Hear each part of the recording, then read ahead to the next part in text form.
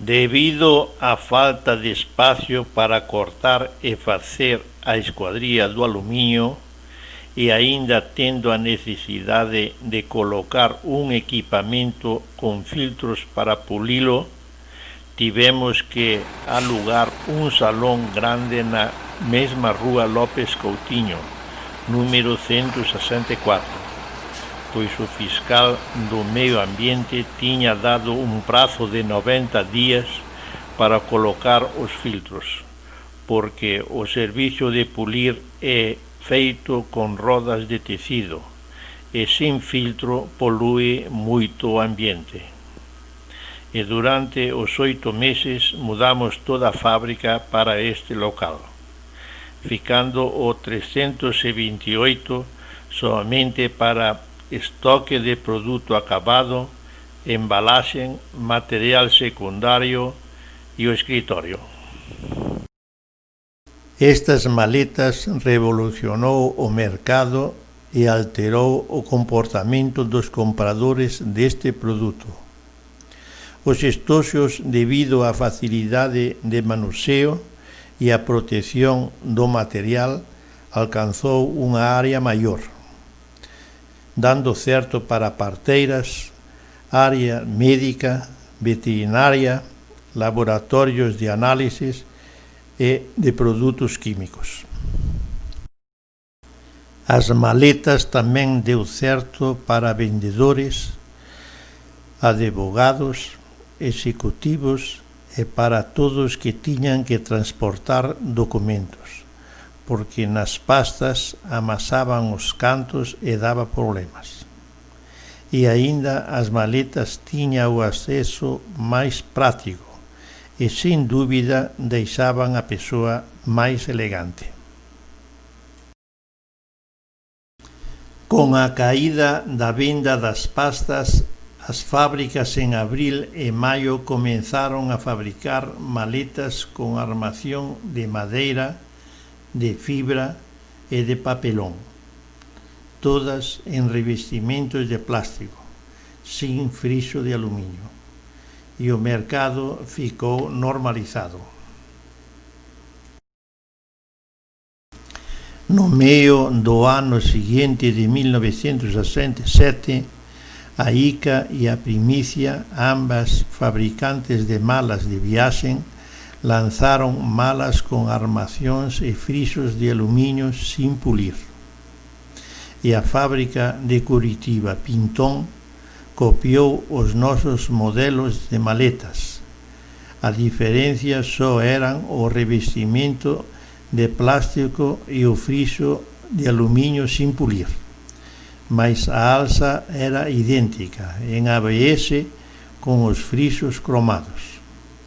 Aí o noso advogado comunicoulle os números das patentes, ameazando-o de procesar por danos e perxuicios, e eles alteraron a alza porque acharon que era a única peza igual.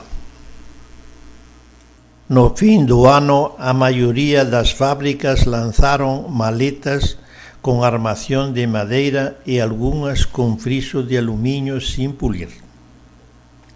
E no ano seguinte, 1968, as loxas comenzaron a pedir un novo modelo de maleta, máis leve e máis estreita, para atender clientes especiais, que carregaban pouco papel, así como empresarios e executivos. Nós xa estamos desenvolvendo novos modelos, mas con este pedido de maleta máis leve e observando o interese polo noso produto para exportación, paramos con aqueles modelos e comenzamos a pensar en criar algo máis avanzado.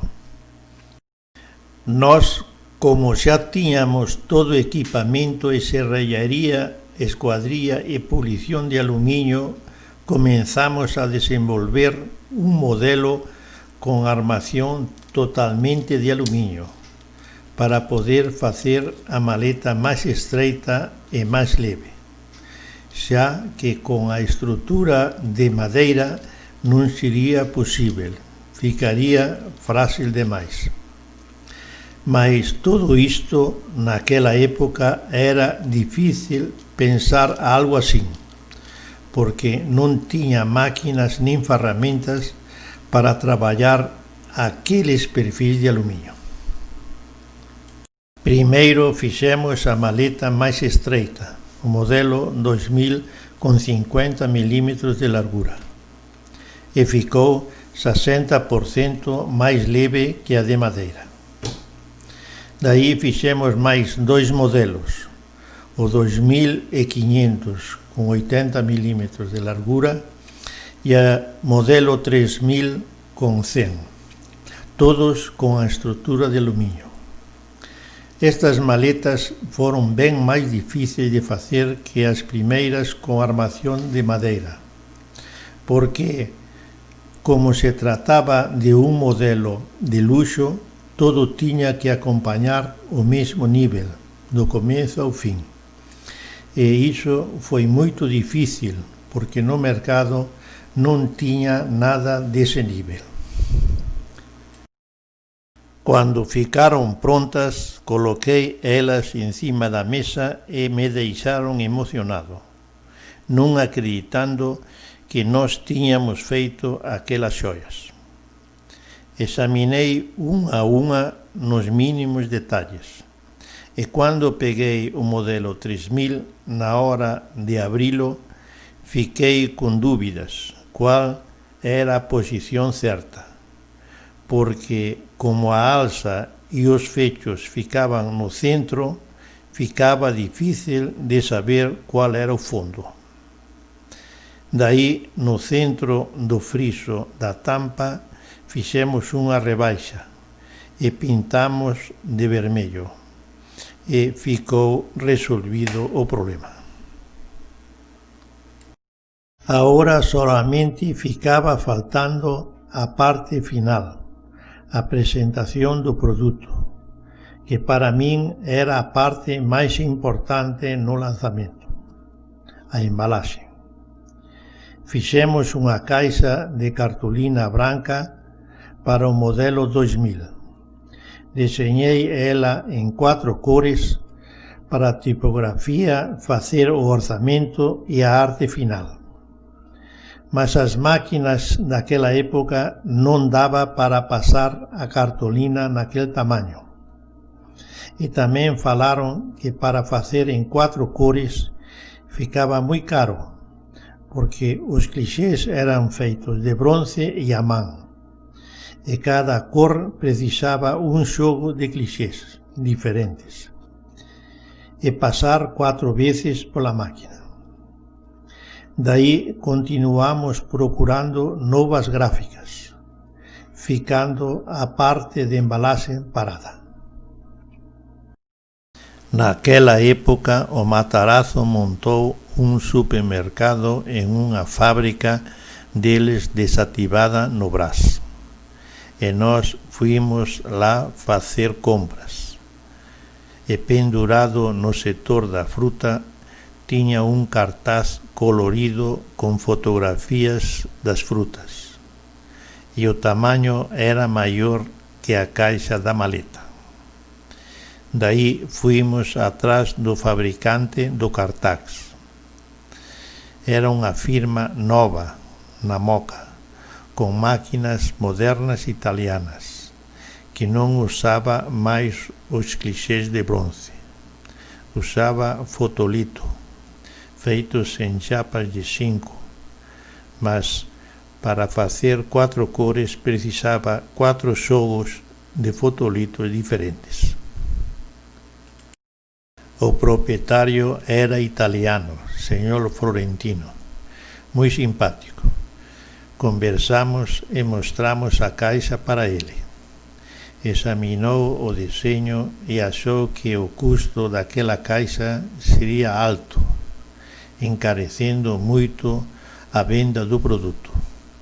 Mas quando olhou a maleta, não acreditou que fora feita por nós, mas falou: não, esta peça precisa uma caixa especial para não perder o seu valor. e mandou ao deseñista dimensionar todo e facer o lealte da caixa en 4 cores. Cuando recibimos as caixas, colocamos os 7 modelos da colección dentro, unha de cada caixa, embrulladas en papel de seda, e chamamos o Ari para mostralas e conversar con ele como fairíamos o lanzamento. Cuando o Ari viu as caixas e despois as maletas, emocionado nos falou: vos teis que ter moito cuidado para non queimar este produto, porque as loxas de San Paulo non ten lugar apropiado para expor estas maletas. Eu mesmo teño 3 loxas e non ten vitrine para elas. Xuntos con o Ari, ficou decidido para vender en San Paulo somente para 4 loxas. Unha do Ari, a de Barón de Itapetininga, mas primeiro tería que arrumar unha vitrina apropiada. E o Ari e a Emilia, con unha amostra, iría a falar con os 3 propietarios das outras loxas, para saber se concordaban en arrumar vitrines para elas, porque sin un lugar apropiado non recibirían as maletas. Mas prontamente todos aceitaron. A Emilia acompañaba todos os días o andamento das novas vitrines, trocando ideas con eles, porque ela, como tiña ido moitas veces a Nova York, coñecía ben as vitrines de vidros grandes e continuaba actualizada con a revista mensal que recibía da Italia. E convenceu as loxas facer as vitrines con os vidros inteiros, sin armación de madeira que atrapallaba a visión dos produtos. E algunhas loxas aproveitaron a reforma e fixeron tamén a liña feminina, con os vidros inteiros. Unha delas foi o do Ari. Todas as loxas ficaron contentes con a nova vitrine masculina, porque aproveitaron a colocar xunto as carteiras, portanotas, cintos e pastas de crocodilo que antes estaban en gavetas ou parteleira no meio de outras de couro e plástico. Cuando as vitrines ficaron prontas, entregamos os pedidos todos no mesmo día, e as loxas, con aquelas vitrines iluminadas á noite, non parecían as mesmas. Chamaban a atención do medio da rúa, e as vendedoras ficaron contentas con aquel aumento de clientes e curiosos nas súas loxas. Unha semana após, fuimos a visitar as loxas das vitrines novas, para poder sentir de perto o verdadeiro efeito das novas maletas. E todos nos deron os parabéns, e até agradeceron a exigencia das novas vitrines, porque as vendas tiñan aumentado considerablemente. Até os vendedores das fábricas de pastas e maletas que se encontraban nas loxas ficaron contentes, porque aquelas maletas incentivaría as fábricas a criar novos modelos e sair fora dos padróns de estilo artesanal. As vendas das novas maletas foi ótima, e a campeona foi ao modelo 2000, a máis estreita. E no fin de outubro fechamos as vendas, porque a fabricación destas maletas era de unha produción limitada, debido a algunhas pezas de fornecedores que equipaban as maletas. No final daquel ano, o interese de compra daquelas maletas era grande, tanto para a revenda no país como para a exportación. Mas nós non podíamos vender máis, porque a metalúrxica San Caetano en San Paulo e a metalúrxica Cofabán do Río de Xaneiro non podían aumentar a fabricación de fechaduras a curto prazo. Daí decidimos facer unha pesquisa para nós mesmos exportar, porque o goberno ofrecía moitos beneficios a industrias de manufaturados. E aproveitando a propaganda de fechos que tiña aquela revista que eu recibía mensal dos Estados Unidos, pedimos unhas amostras e deu para adaptar 2 fechos importados. Daí o problema dos fechos para exportación ficou resolvido.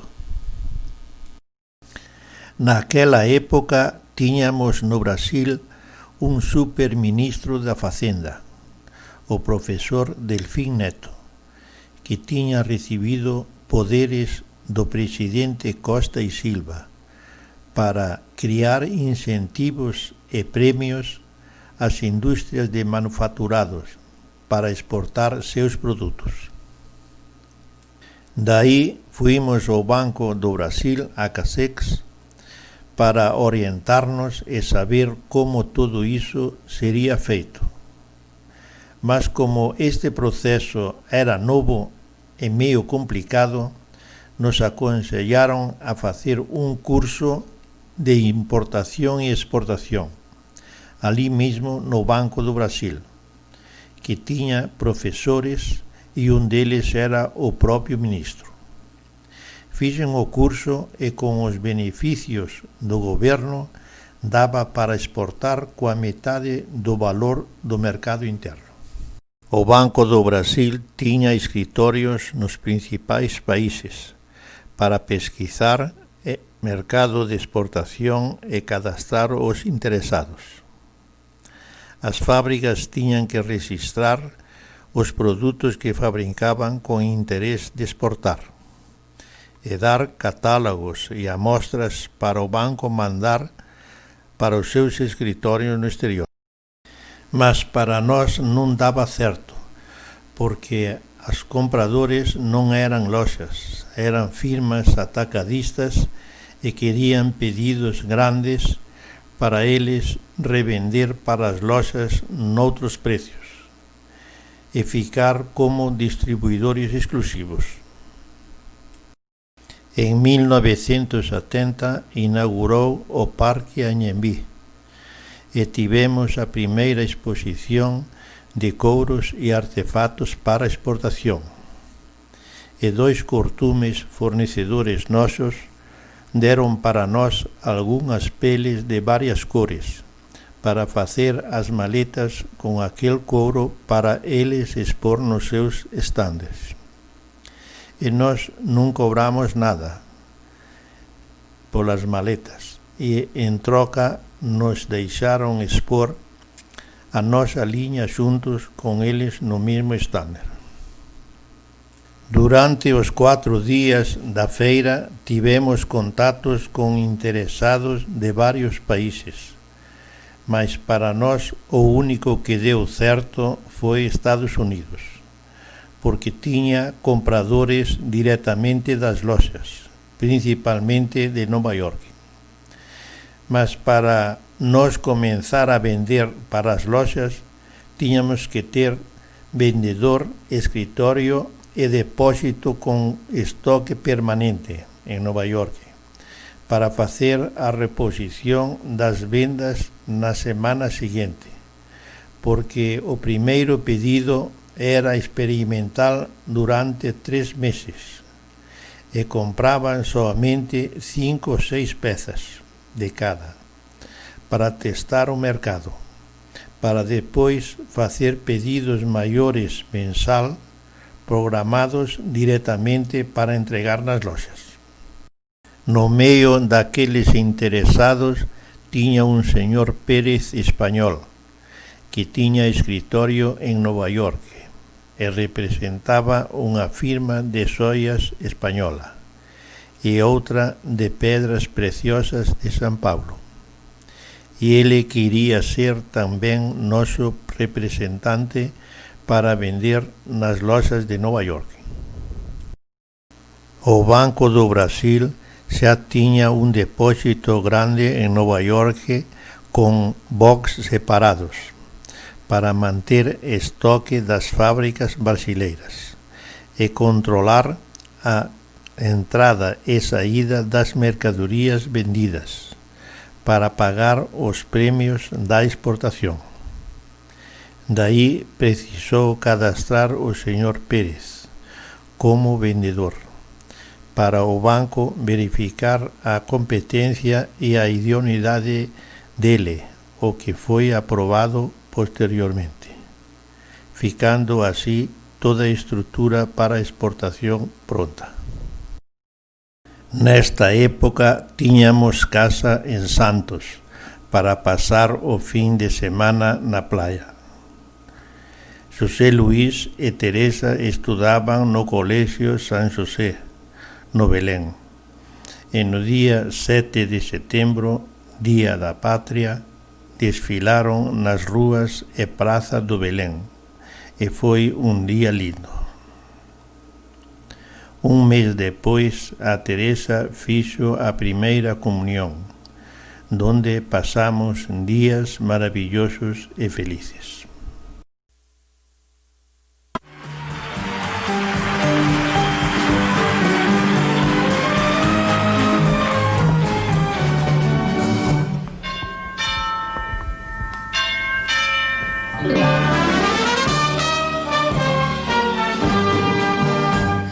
Como una blanca azucena, lo mismito que un jazmín. Mi niña va hacia la iglesia, a la iglesia del San Gil. Ha cumplido 7 años y va a recibir a Dios. Mi niña toma rezando su primera comunión. En el quicio de la puerta estamos su marido, con lágrimas en los ojos y risa en el corazón.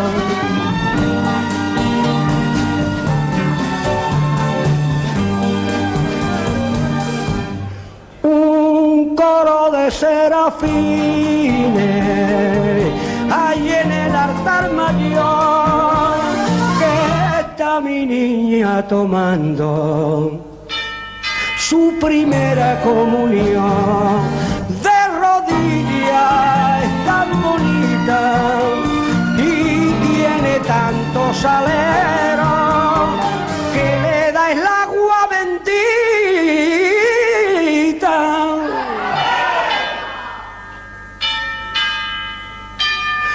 Un angelito del cielo,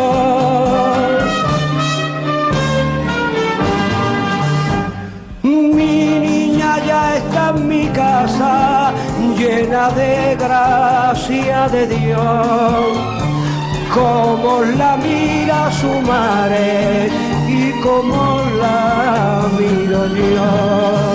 Cariño de mi cariño, alegría de su amor, la nieve y el blanco armiño copiaron de tu cantor.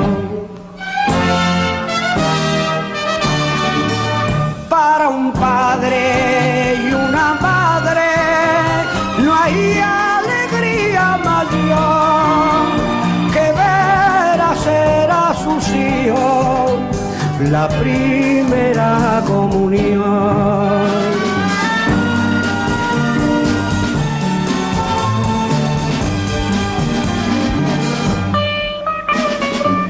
Ole, eso es.